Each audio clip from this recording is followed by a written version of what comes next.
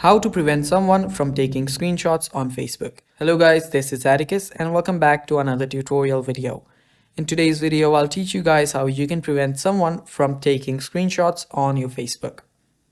Now before we begin, if you guys are new to our channel, head down below and hit the subscribe button so you don't miss out on our future videos. Also, press the bell icon so you get notified when we release our new videos. Now let us begin. First step, open up your Facebook.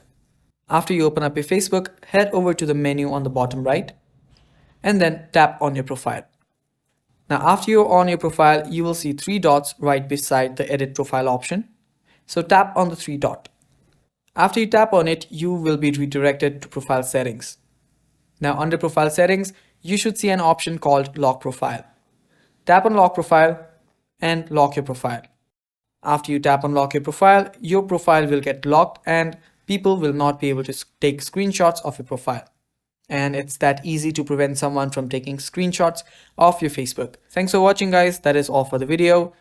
Stay tuned for more and bye-bye.